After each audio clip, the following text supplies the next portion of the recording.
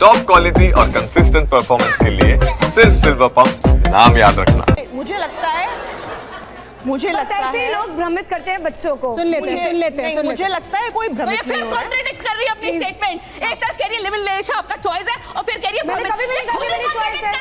मैंने अभी बोला कि मेरी चॉइस नहीं है। कुछ भी बोलते रहते हैं। लिव इन इतनी जल्दी तो कुछ भी बोल दिया। आप अपना इशिका अपना पक्ष एक बार फिर क्लियर कर दीजिए। क्या है आपका पक्ष? क्योंकि जब मैंने सवाल पूछा था तब आपने नो कहा था। अभी कहा कि आप प्लीज भ्रमित मत करिए। मैं अपने बयान बदल रही है। आप अपने मानवी लेकिन इशिका कि आप टेस्ट ड्राइव लीजिए। आप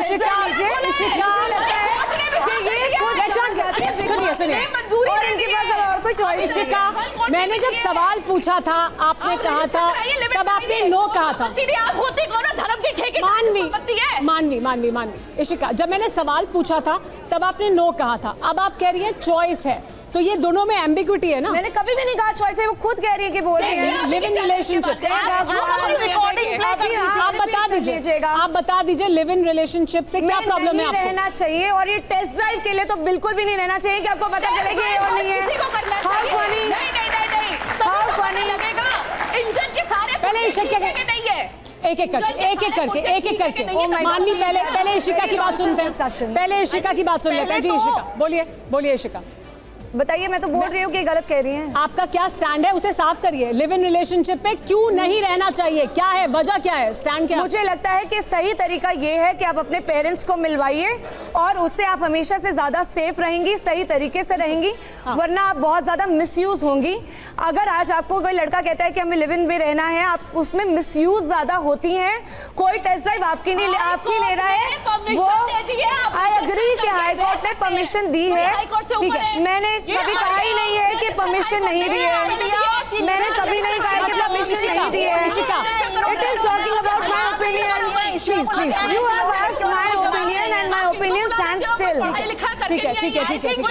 डॉक्टर रुचिका दी हुई है परमिशन। मैंने कभी कहा ही नहीं है कि हाई कोर्ट में कोई परमिशन नहीं दी है। मानवी कभी कहा ही नहीं है कि हाई कोर्ट ने परमिशन नहीं दी है। पहले डॉक्टर रुचिका की बात सुनते हैं। कोर्ट ने परमिशन दी हुई है। अंबर भी कुछ कह रही है, उनकी बात भी सुनते हैं। मिसयूज होती है। ठीक है, आपने कही अपनी बात। जी, औरतों के पास उनका दिमाग नहीं है, इसलिए लिव इन रिलेशनशिप वो मिसयूज होंगी, लव जिहाद में फंस जाएंगी। औरतें अपने लिए सोच ही नहीं सकती। मेरा ये इनको लगता है इनको कान साफ करने की आवश्यकता है।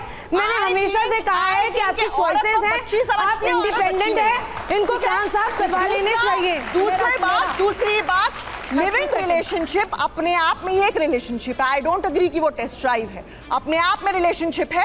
इंडिया के डिवोर्स लॉज उठा के देख लीजिए आप, हाउ टेरेबल आर दे। अगर किसी औरत को पता लग जाता है within 6 months of marriage की मैरिज कॉन्जुमेट नहीं हुई है because either the husband is important और व्हाटएवर, उनको फिर टाइम दिया जाता है to stay together. So many times men deliberately divorce नहीं देते हैं औरत को ताकि प्रोलॉन्ग होती रहे, उसकी जिंदगी खराब होती रहे।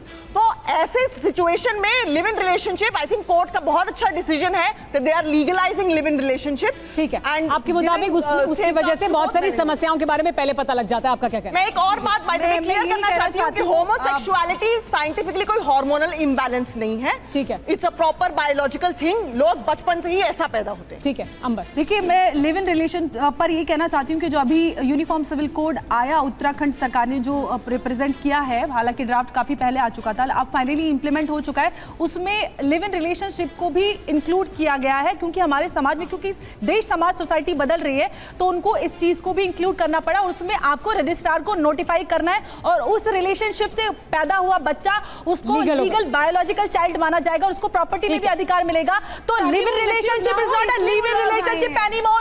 ये शादी ही हो जाएगी जब आप रजिस्ट्रार को नोटिफाई करेंगे। मगर उसके लिए आपको डिवोर्स का चक्कर नहीं काटना पड़ेगा, बस इससे आप बच जाएंगे। लेकिन इशिका मेरा सवाल आपसे ये कि आप जो कह रही हैं उसके मुताबिक आप परिवार की मर्जी से शादी करेंगे तो आप बहुत सारी समस्याओं से बच जाएंगे। आप अपनी मर्जी से करेंगे तो आप जो बच्चों का विवेक है, जो लड़के लड़कियों का या महिला और पुरुषों का विवेक है, उस पर सवाल उठा रही हैं। मैंने आपको बोला कि आप अपनी चॉइस नहीं हो सकती से, अगर आप उनके साथ में उनकी सोच लेकर साथ में चलते हैं, उन्होंने अपनी लाइफ में बहुत कुछ और देखा है, आपकी लाइफ के एक्सपीरियंसेस बहुत लिमिटेड हैं, मैंने ये कभी नहीं कहा कि आपके पास चॉइस नहीं है शादी करने की, आपके पास हमेशा से सही चॉइस है, स्वतंत्रता है।